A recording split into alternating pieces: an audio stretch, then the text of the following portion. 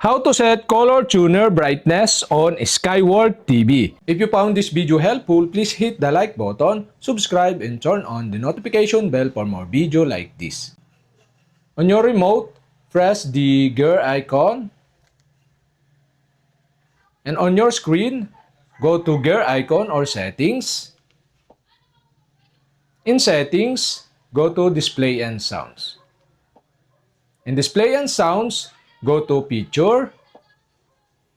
In picture, scroll down and go to color tuner. Go to this and make sure the color tuner is enabled by switching on the switch button on the right side. And now here, you can see the brightness. Go to brightness to set the brightness. You can set the red, green, blue, cyan, magenta, yellow, and place tone.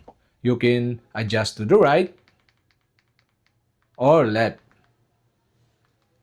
The place tone, yellow, magenta, cyan, blue, green, and red. Okay, that's it. We have successfully set the color tuner brightness on Skyward TV. If this helpful, like, subscribe, and see you for my next video.